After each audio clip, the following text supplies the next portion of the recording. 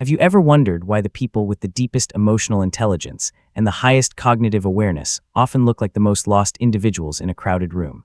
You were probably taught from a very young age that true brilliance and talent must always come wrapped in unbreakable confidence. We are told that highly capable people are the ones speaking loudly, effortlessly commanding the center of attention, and solving every problem with absolute certainty. Society makes you assume that exceptional minds are perfect, well-oiled machines, never tiring, never doubting, always ready to shine. But behavioral psychology and neuroscience reveal a completely opposite reality, a reality that might entirely change how you view yourself right at this very moment. The most common behavioral patterns found in people with exceptional emotional and cognitive depth do not look anything like the flawless picture society praises. In fact, from the outside, these signs often look like terrible psychological flaws, frustrating weaknesses that you have probably spent your entire life trying to fix or hide. How many times have you blamed yourself for not being able to simply shut your brain off at 2 a.m, watching your mind run endless simulations of conversations that already happened or events that never will? How many times have you felt a heavy, unexplainable guilt for wanting to escape a perfectly normal social gathering, just to retreat into the safety of a quiet, empty room? And how many times have you stood on the edge of the most important, meaningful projects of your life, only to remain completely frozen, procrastinating day after day because of an invisible, paralyzing fear of not meeting your own impossible standards? You might have been told by friends, family, or even therapists that you are simply too sensitive, too complicated, or that you just overthink every little detail of your existence. Very shortly, you're going to see a hidden psychological landscape that no one has ever broken down for you before. You will realize that having a highly emotionally intelligent brain does not just make you smarter or more empathetic. It changes the entire fundamental way your nervous system perceives and processes the physical and emotional world around you. It is exactly like being forced to operate an 8K resolution camera sensor, capturing every single micro-expression, every subtle shift in the room's atmosphere, and every hidden layer of a casual conversation, but having to live and interact in a world that is only running at basic standard definition. You see everything entirely too clearly. You feel everything far too deeply. And the inevitable result of processing so much raw data is that your internal system is constantly draining its battery and facing critical energy overload. In this video, we are going to peel back the psychological layers to decode the hidden signs of an exceptional mind. You are going to learn the actual scientific reason behind your constant, unexplainable exhaustion. You will discover the neurological mechanism, explaining why you always feel like an imposter despite your massive efforts and undeniable achievements. And most importantly, you will learn how to completely redefine the traits you once thought were broken defects, turning them into your ultimate psychological armor. If you have always carried a quiet, persistent feeling that you do not quite belong in the loud, fast-paced world out there, the next few minutes of this video are exactly the answer you have been searching for your entire life. Let us step inside the architecture of your own mind right now. Let us start with the first massive misconception that society has drilled into your head about how a smart person should behave.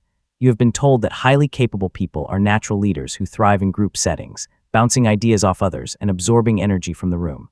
Because of this, you probably feel a deep sense of guilt every time you decline an invitation to a party, or when you feel an overwhelming wave of relief when weekend plans get canceled. On the surface, people look at this behavior and label you as antisocial, aloof, or even depressed. You might even wonder if there is something fundamentally wrong with you for wanting to be entirely alone for extended periods. But let me tell you what is actually happening from a neurological perspective. Your brain is not rejecting people. It is desperately trying to manage its own energy economy. Highly intelligent people have a profound biological preference for solitude because their brains are constantly running complex background processes. The prefrontal cortex, which is the region of your brain responsible for deep reflection, complex reasoning, and long-term planning, functions at its absolute peak only in quiet environments that are free from external, unpredictable distractions. For a highly aware brain, solitude is not loneliness. Solitude is the essential fuel required to keep the system from crashing. In fact, evolutionary psychologists have found that individuals with exceptional cognitive abilities actually report significantly lower life satisfaction when they engage in frequent social interaction compared to the average person. Most people recharge their mental batteries by being around others. Your brain, however, recharges through stillness. Social interaction, while it can be enjoyable, is incredibly expensive for your cognitive system because you are not just listening to words. You are analyzing every layer of what is happening in the room. You are reading body language, picking up on micro-tensions, anticipating reactions, and processing the underlying power dynamics. By the time an hour has passed, your brain has processed a mountain of data, and you simply need to unplug. But if you thought the need for physical isolation was intense, what happens inside your head when you are finally alone is going to explain why you are always so tired. Have you ever tried to go to sleep, only to find that your mind suddenly opens up 50 different browser tabs? You revisit a conversation from 3 years ago, you build a complex theory about a movie you just watched, and you run elaborate mental simulations for future scenarios that have a 0% chance of actually happening. On the surface, therapists and self-help books will quickly diagnose this as generalized anxiety or a terrible case of overthinking that needs to be medicated or meditated away. But the psychological reality is far more fascinating. Decades ago, psychologists studying gifted individuals identified a phenomenon known as psychomotor overexcitability. This is a restless, relentless internal energy that does not express itself through physical movement, but through a drive to think that simply does not have a natural off switch. Modern neuroscience backs this up beautifully. Scans of highly intelligent brains show that they do not just process information faster in one specific area. Instead, they possess incredibly rich, dense connectivity between completely distant regions of the brain. When you are lying in bed, your brain is making connections across a massive network of ideas simultaneously. It is linking a philosophical concept to a childhood memory and then to a problem you are facing at work. Your brain is not malfunctioning when it refuses to shut down. It is doing exactly what its high-performance wiring was built to do. And this constant, hyperactive processing leads us directly to a truth that completely shatters the stereotype of the cold, calculating genius. Society loves to portray highly intelligent people as emotionless robots, people who live entirely in their heads and use pure, cold logic to navigate life. I used to believe this too, until I started looking closely at the behavioral data. The reality is that people with elevated intelligence and deep awareness actually tend to feel things with a terrifying, crushing intensity. This is known as emotional overexcitability.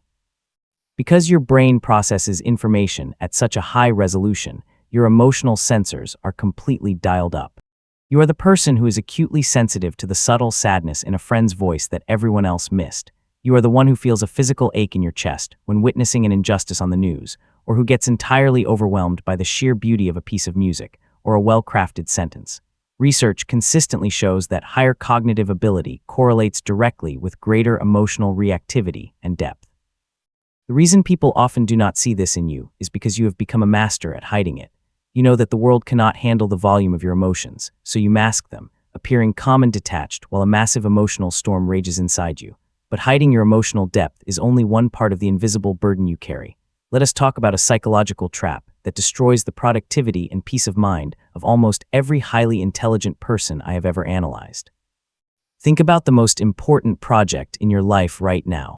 The one that carries the most personal meaning, the one that could truly showcase your absolute highest potential. Chances are you have not started it, or you are perpetually stuck in the planning phase. You can easily complete small, meaningless tasks all day long, but when it comes to the work that actually matters, you become paralyzed by procrastination.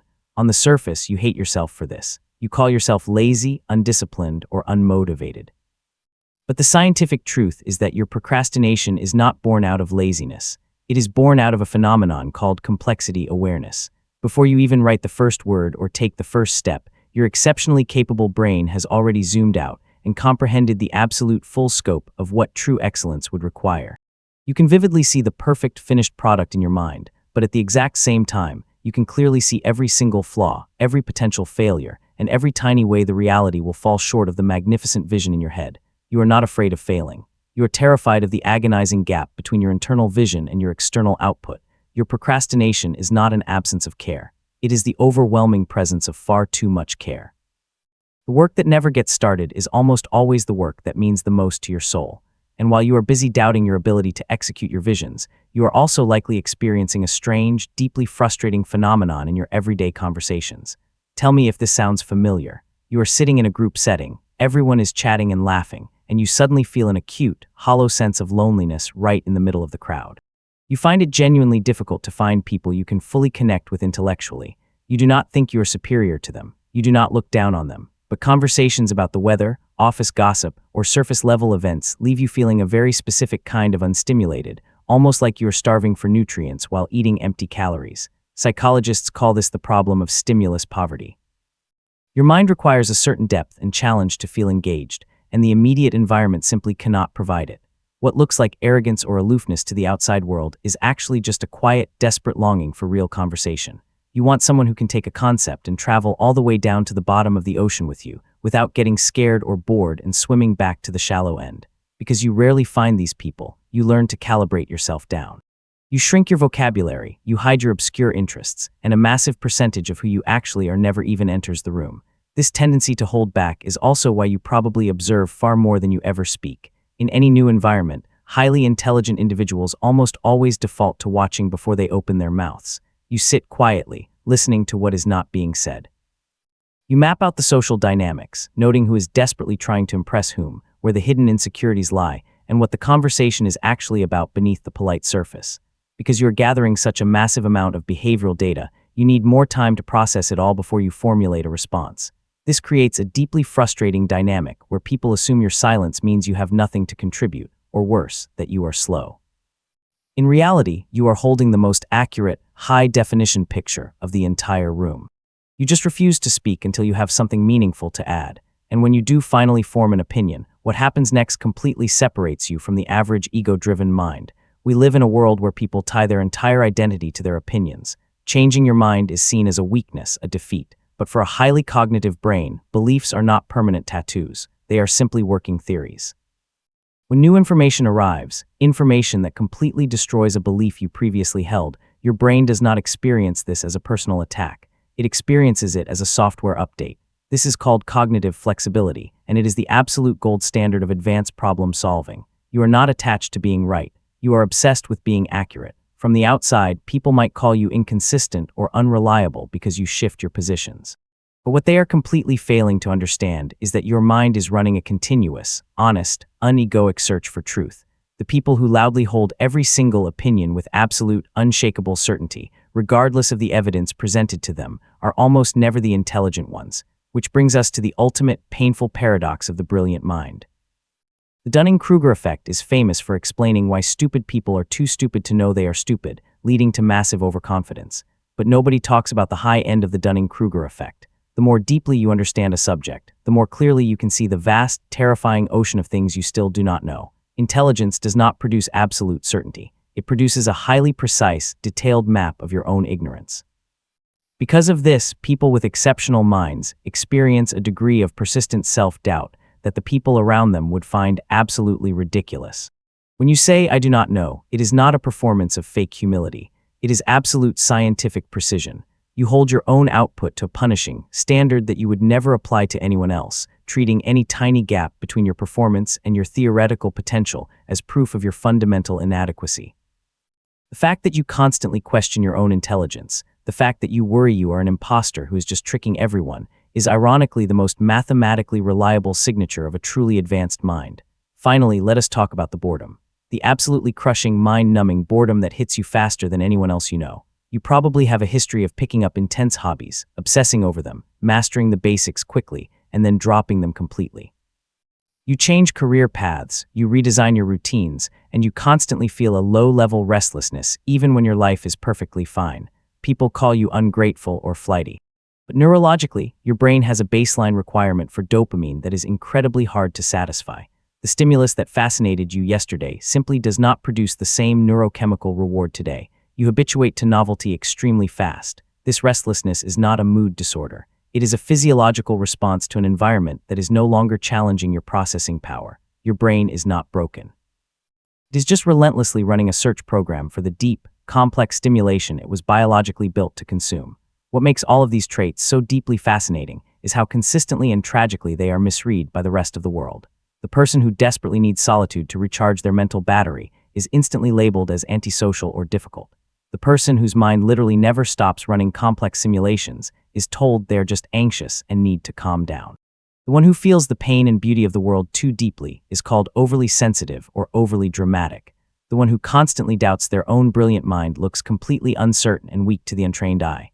And the one who cannot quite fit into any normal social box looks like they are deliberately trying to be distant. But sometimes, what looks like a messy collection of quiet, awkward difficulties is actually something very specific, very rare, and incredibly powerful. You do not have a defective personality. You have a mind that was biologically built to process more data, connect more ideas, and go infinitely further than most of the completely average environments it is forced to move through every single day. At its absolute core, having a truly exceptional, emotionally intelligent mind is not just about knowing more trivia or thinking faster than the person next to you. It is about experiencing the absolute, raw complexity of the entire world with very little filter between you and it. It is about holding an 8K camera lens in a world that is completely comfortable living in basic, low-resolution standard definition. And that hyper-awareness, more than any academic degree or any test score, is what makes your brain both the most undeniably powerful and the most heavily demanding thing a person can ever carry. Now I want you to ask yourself a very serious question. If everything you have just heard perfectly describes your entire life, are you going to keep apologizing to the world for being too deep, too quiet, and too intense? Or are you finally going to stop fighting your own neurological architecture and start building an environment that actually matches your massive processing power? Stop shrinking yourself down to fit into rooms that were never built to hold you in the first place. Your procrastination is just your high standards demanding excellence. Your overthinking is just your brain doing exactly what a high-performance supercomputer was built to do. Your exhaustion is simply the natural cost of seeing the truth of the world. You are not broken. You are just operating on an entirely different frequency. If this video gave language to something you have been carrying quietly and heavily for a very long time, I need you to leave a comment below telling me exactly which of these traits felt the most painfully accurate to your life. I read every single one of your stories. And if you know someone who has always felt a little too different, a little too intense, or a little too lost, share this with them right now. They might desperately need to hear that they are not alone. And before you go anywhere, make sure you hit that subscribe button right now, because in our very next video, I am going to reveal a psychological secret about how your brain naturally responds to hidden trauma that 99% of people are completely unaware of, and it is going to explain why you attract the exact same type of toxic situations over and over again. You absolutely do not want to miss that. Until next time, protect your peace and keep processing the world on your own terms.